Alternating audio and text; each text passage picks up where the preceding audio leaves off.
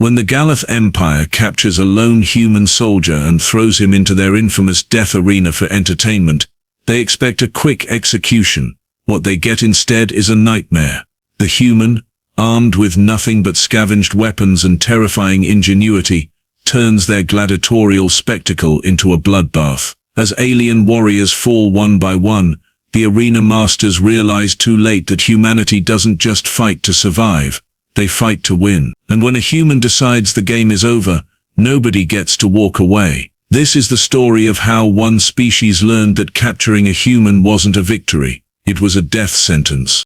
My name is Vorkath. I am a senior observer for the Galath Military Entertainment Complex, and I have watched 3,000 combat exhibitions in my career. I have seen Kryn berserkers tear through steel plating with their bare claws. I have witnessed Thulian war priests call down plasma storms. I have documented deaths so creative, they required new categories in our filing system. Nothing, and I mean absolutely nothing, prepared me for what happened when we threw Private Atlas Stone into Arena 7. The human looked unremarkable when the guards dragged him through the intake corridor. Average height for his species maybe 1.8 meters tall. Brown hair, green eyes, standard issue combat fatigues torn and bloodied from his capture. He was whistling, like he was taking a recreational walk instead of being marched towards certain death. Subject appears unusually calm. I dictated into my recorder. Possible neurological damage from capture process. Guard Captain Threxis jabbed him with a shock prod. The human stumbled, laughed, and kept whistling. Your funeral, meatbag, Threxis growled in Galactic Standard. The human stopped walking, turned, smiled with too many teeth showing. Buddy, he said, his accent mangling the vowels in that distinctly human way. If this is my funeral, you better hope you're not invited to the after party. I should have recognized the warning signs then. The confidence, the ease.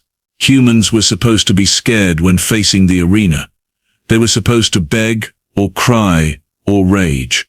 This one looked like he was about to enjoy himself. Arena 7 is our premier venue. Circular pit, 80 meters in diameter. Walls lined with energy barriers to prevent escape. 4 entry gates positioned at cardinal points.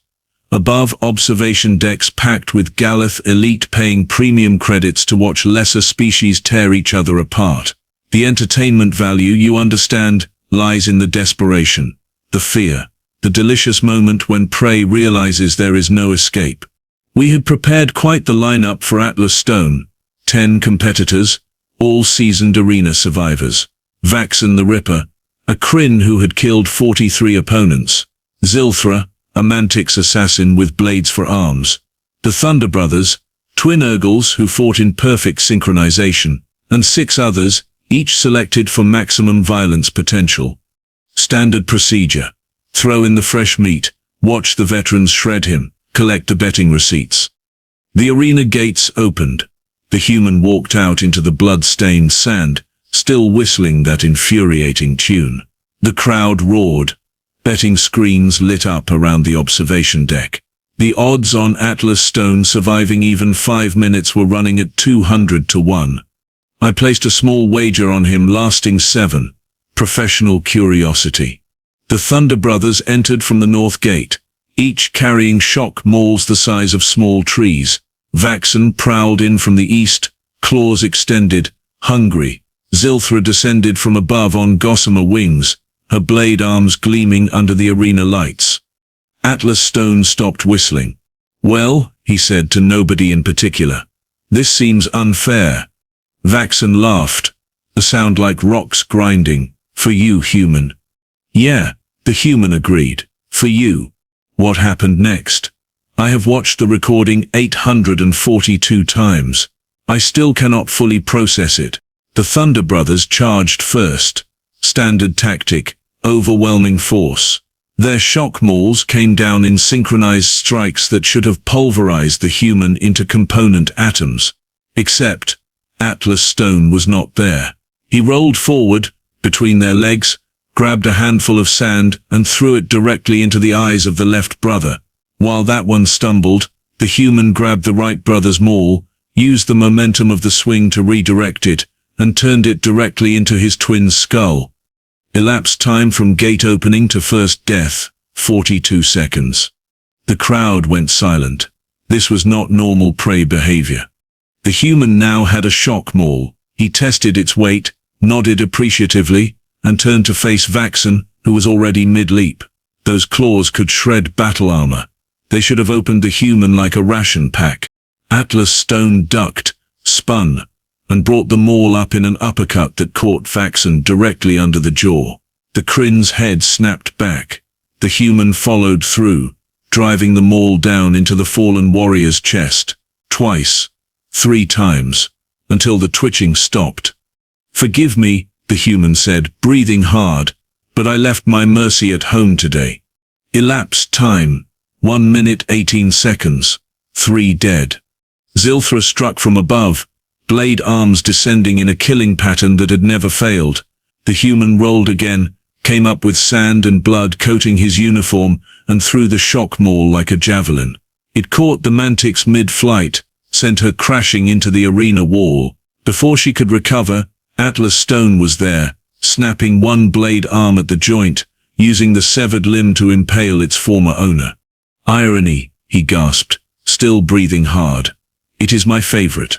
The remaining 6 competitors had been circling, waiting for an opening. They attacked together. Smart tactics, overwhelming numbers, should have worked. It did not work. The human moved like liquid violence. Every motion efficient, every strike precise. He used weapons until they broke, then grabbed new ones from the fallen. A Trojan's spiked club, a Quellen's energy whip, his own fists when nothing else was available. And he talked. The entire time, he talked. "Your footwork is terrible. Nice try, but I have 3 younger brothers. You cannot fake me out." That was almost good. Almost. By the end of hour 1, 10 bodies lay scattered across the sand. The human stood in the center of the arena, covered in blood from 4 different species, holding a broken spear, looking up at the observation deck where we sat in stunned silence. "Is that it?" he called up, voice hoarse but steady. "Is that your best?" The betting screens had gone dark. Nobody was moving. Commander Zorlax, master of the arena complex, stood frozen at the main viewport. "He is still standing," someone whispered. Atlas Stone dropped the broken spear, started whistling again, that same tune. "You know what the funny thing is?" he shouted. "I am just a grunt. Basic infantry. You should see what our special forces can do." Hour 2 was about to begin, and we had just made a terrible mistake. Commander Zorlax's face had turned an interesting shade of purple. For those unfamiliar with Galath physiology, purple means either extreme rage or imminent cardiovascular failure, possibly both. "Release the Apex units," he commanded. I turned from my observation screen. "Commander, the Apex units are reserved for execution of war criminals." Did I stutter, Observer Vorkath? No. He had not stuttered, but he had definitely lost his mind. The Apex units were not gladiators. They were weapons, genetically engineered killing machines grown in military labs and kept sedated between uses. We had 3 in holding beneath Arena 7. Protocol required authorization from High Command before deployment. Protocol also required extensive safety measures, evacuation procedures and medical teams on standby. Zorlax was throwing all 3 at one human who should have been dead an hour ago. The crowd had recovered from their shock. Chanting filled the arena. Not the usual bloodthirsty encouragement though. This was different. Nervous. Uncertain. They had paid to watch an execution and witnessed a massacre instead. Some were leaving. Smart ones. Atlas Stone sat cross-legged in the center of the arena, using a torn piece of cloth to clean blood from his face. He had acquired more weapons. A Crin claw dagger strapped to his thigh, an energy pistol with maybe 3 shots remaining tucked into his belt. The shock maul leaned against his shoulder. He looked tired. Humans, for all their reputation, still required rest, still felt pain.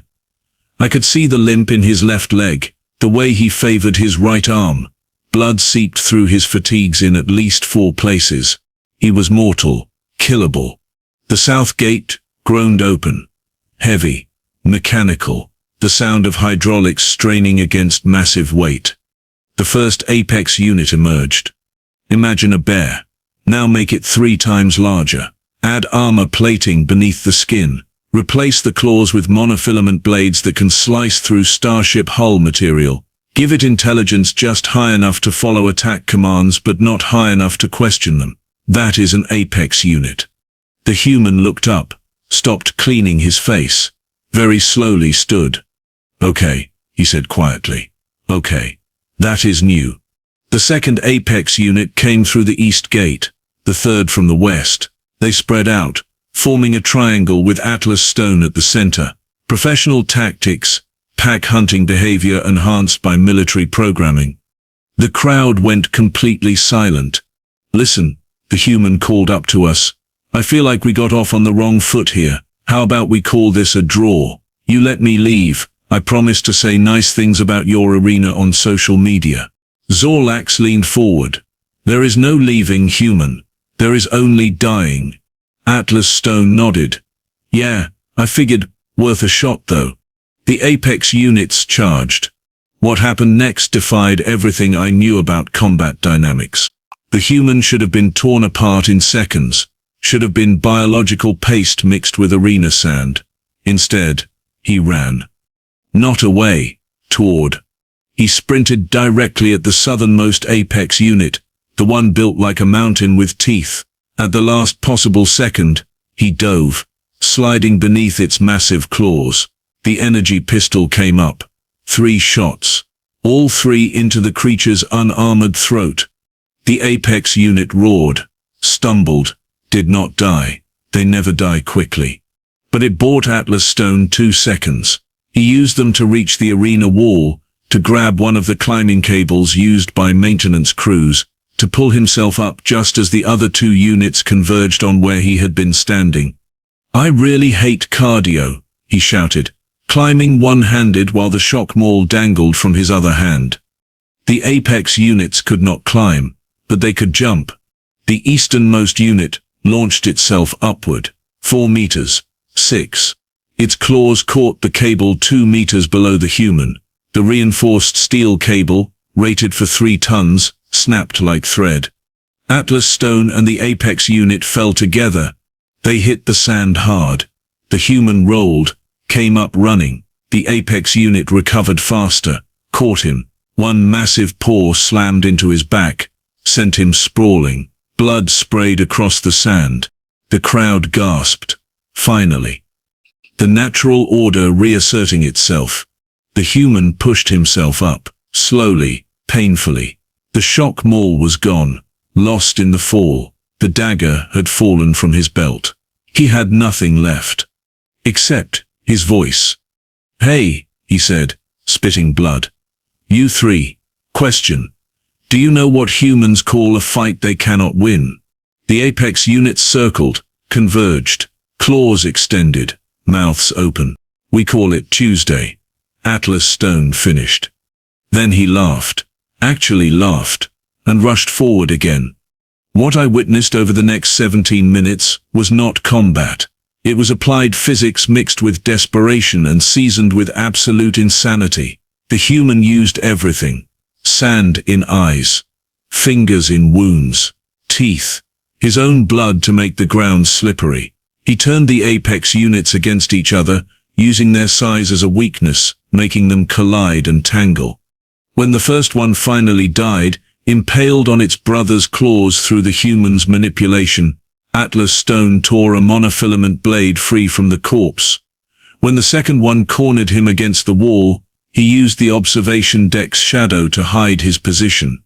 When the third one, wounded and enraged, made its final charge, the human stood perfectly still until the last possible instant, then stepped aside. The apex unit's momentum carried it directly into the energy barrier. The feedback surge cooked it from the inside out. Silence. Complete and total. Atlas Stone collapsed to his knees. Blood pooled beneath him. 13 separate wounds visible from my position. Broken ribs, punctured lung, possible internal bleeding. He should not have been conscious, should not have been breathing. He was whistling again, that same tune, weaker now, but defiant. "Send more," he called up, voice barely audible. "I can do this all day." He could not. We all knew it. He knew it. But he said it anyway. Zorlak stared. The crowd stared. I stared. Somewhere in the complex, alarms began to sound. Security protocols activating. Emergency containment procedures. Someone with sense had finally called High Command. "What is that tune?" Zorlak asked quietly. "The one he keeps whistling." I had accessed human cultural databases during Hour 1. Professional thoroughness. "It is called Amazing Grace," I said. "A funeral hymn." The commander turned very slowly to look at me. "A funeral hymn?" "Yes. The humans sing it for their dead." I paused. "He has been playing funeral music for us since he entered the arena." The doors to the observation deck burst open. Military police. Actual military police, not arena security, led by High Commander Ralphos herself. "Shut it down," she ordered. "Shut down the entire complex. Now." But Zorlak began. "That human down there." Ralphos pointed at the arena floor where Atlas Stone swayed on his knees. "He is not a prisoner, he is bait." My recorder fell from my hand. "What?" "His unit is 3 kilometers away. They have been triangulating his position for the past 2 hours. They let us take him. Do you understand? They wanted us to take him. And now his friends are coming." Through the viewport, I watched Atlas Stone finally fall forward into the sand, still whistling, still breathing. The arena lights flickered, went dark. Emergency systems engaged. But it was too late. The humans were already inside. And unlike Private Atlas Stone, who had been armed with nothing but captured weapons and spite, they had brought proper equipment, proper training, proper motivation. By Hour 3, Arena 7 was empty. By Hour 4, the entire complex was rubble. And somewhere in the wreckage, Atlas Stone was probably still whistling that infuriating funeral hymn, having added another 3,000 names to the list of people he had attended services for. I survived, obviously. They let observers live to tell the story. Professional courtesy between militaries, they said. But I will never forget the lesson. When a human tells you something is unfair, believe them. They are not talking about their chances. They are warning you about yours.